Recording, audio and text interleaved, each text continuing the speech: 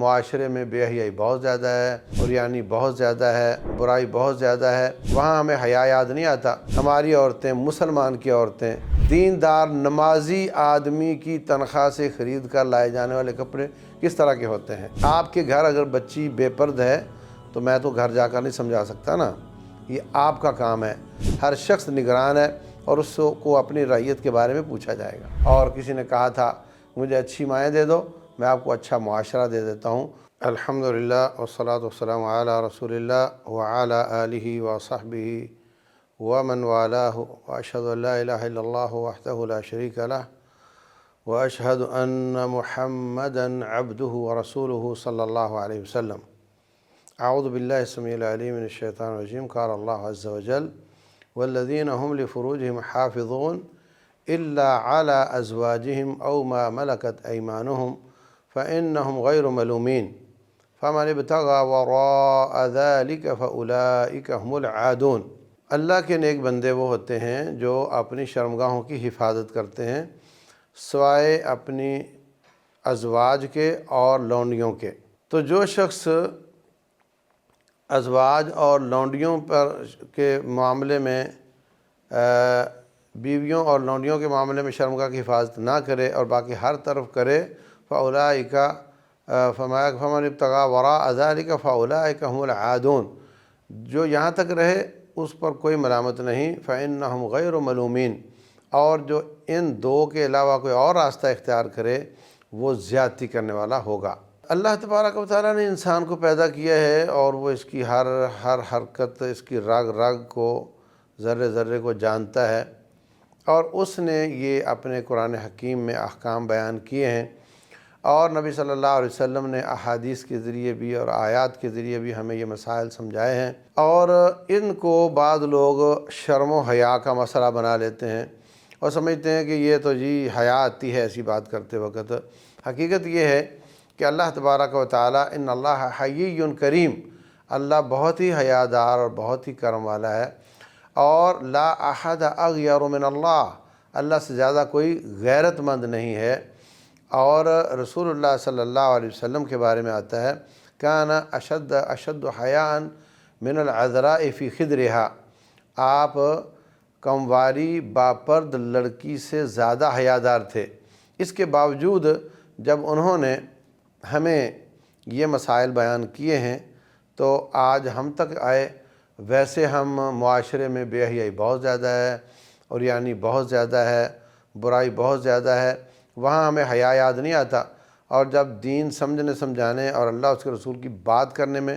وہاں ہم کا موقع آتا ہے تو وہاں پر حیا آ جاتا ہے، تو یہ غلط بات ہے۔ حیا دین سیکھنے میں رکاوٹ نہیں ہونا چاہیے۔ تو اللہ تبارک و تعالیٰ نے بتائی بات تو اس وقت حیا آڑے نہیں آئی، اور رسول اللہ صلی اللہ علیہ وسلم نے بیان کیا تو نہیں آئی۔ صحابہ کرام نے ہم تک آگے پہنچایا، تبع تابعین اور ائمہ کرام نے،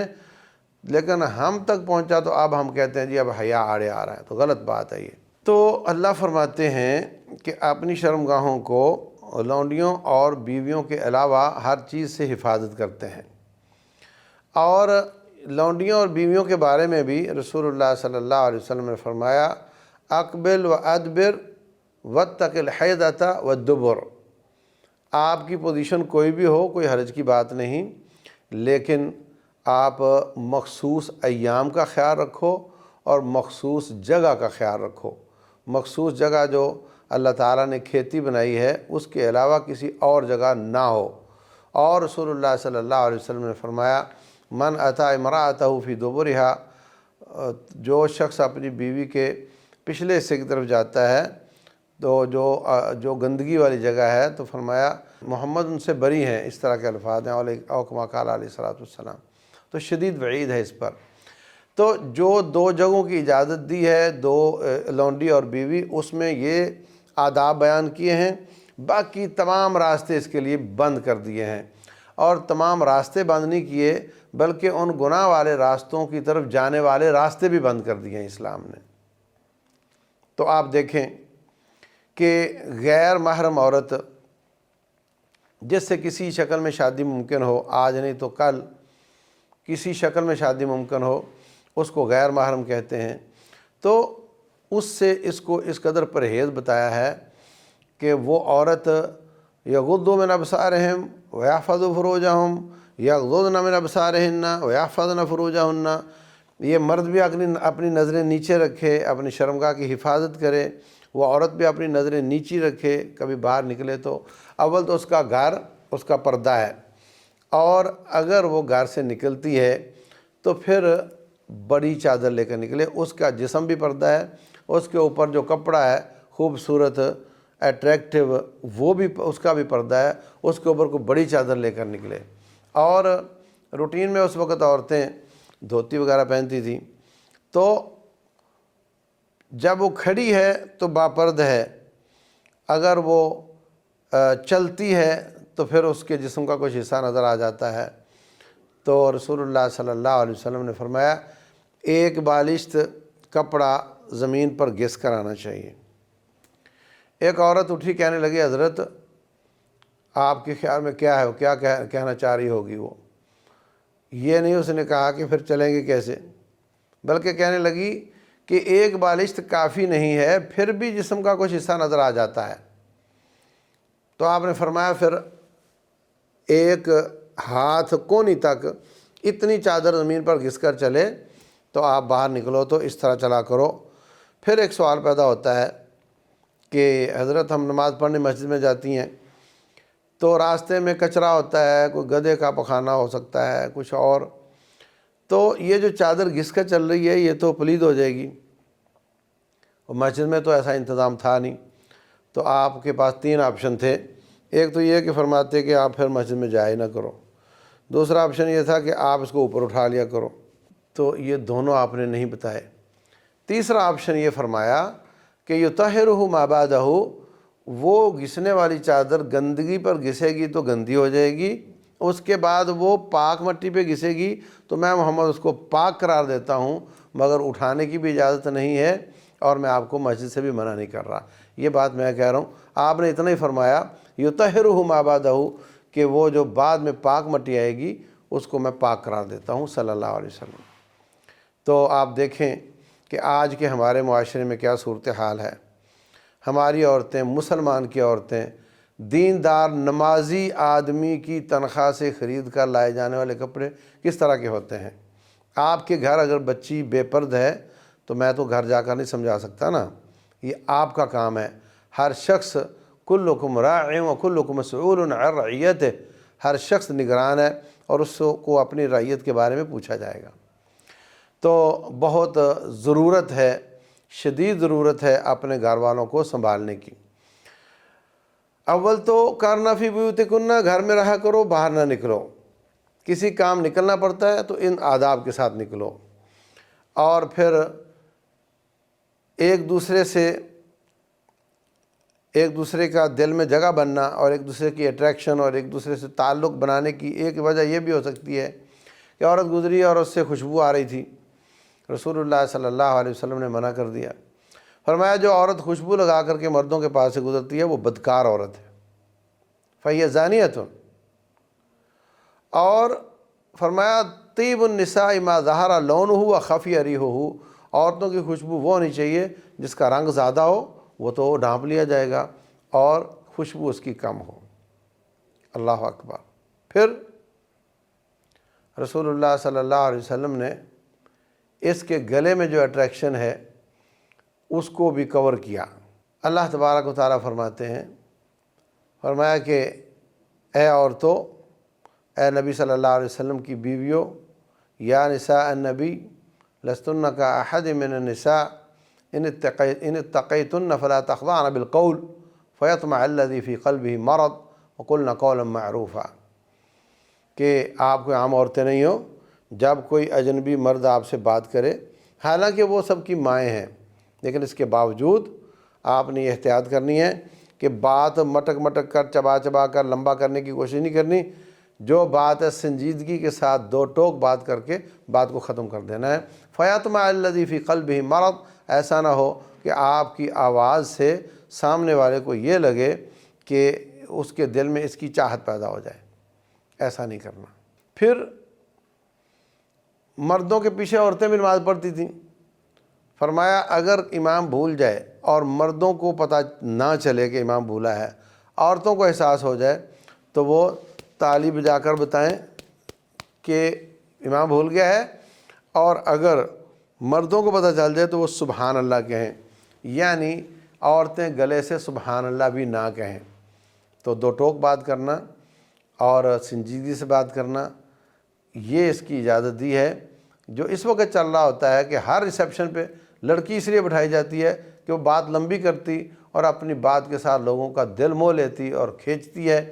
تو اس سے رسول اللہ صلی اللہ علیہ وسلم نے منع فرمایا، قلنا قولا معروفا، معروف بات کرنی ہے۔ یہ بھی ایک وجہ بن سکتی تھی، یعنی شرمگاہوں کی حفاظت کرو، لونڈیوں بیویوں کے علاوہ سب سے حفاظت کرو۔ اس حفاظت میں جو رکاوٹ آ سکتی تھی وہ یہ بھی آ سکتی تھی کہ عورت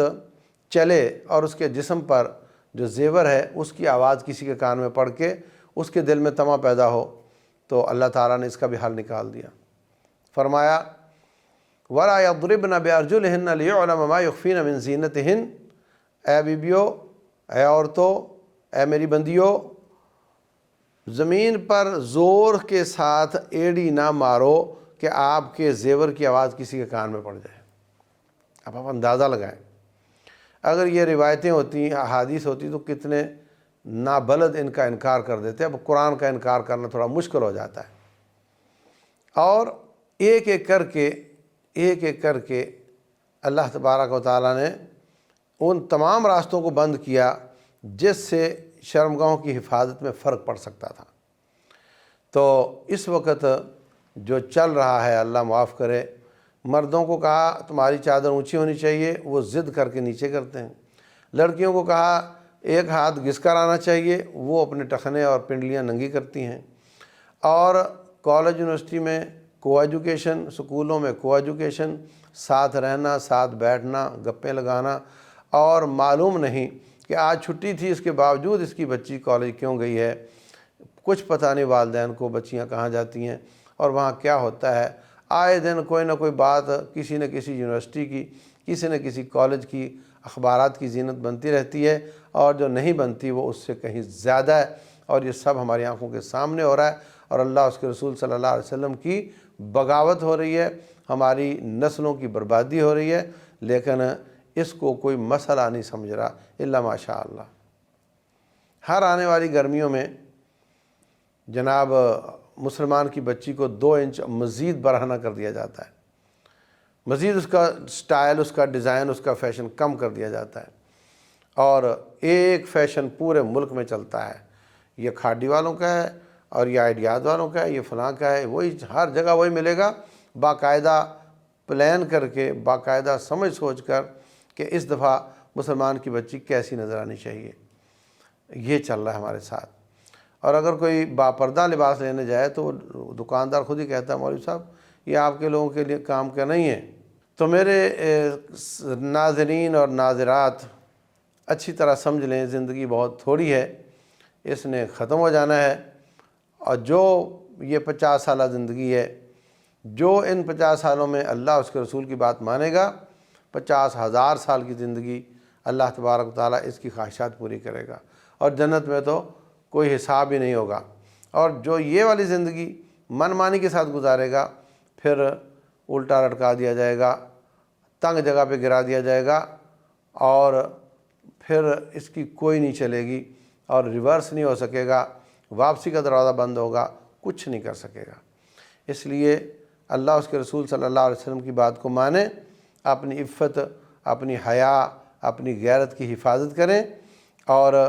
ایسے انسٹیٹیوٹ میں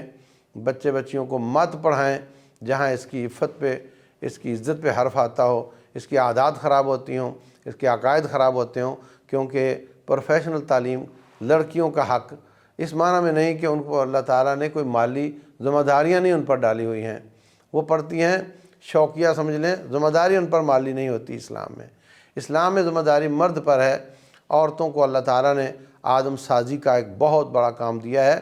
اور کسی نے کہا تھا مجھے اچھی مائیں دے دو میں آپ کو اچھا معاشرہ دے دیتا ہوں۔ وہ اپنے عظیم کام پر محنت کریں، لوگوں کی تربیت کریں، اور مرد جا کر کما کر کے لا کر کے ان کو دیں۔ جو اسپیسیفکیشن اللہ تعالیٰ نے بنائی ہے ان کی،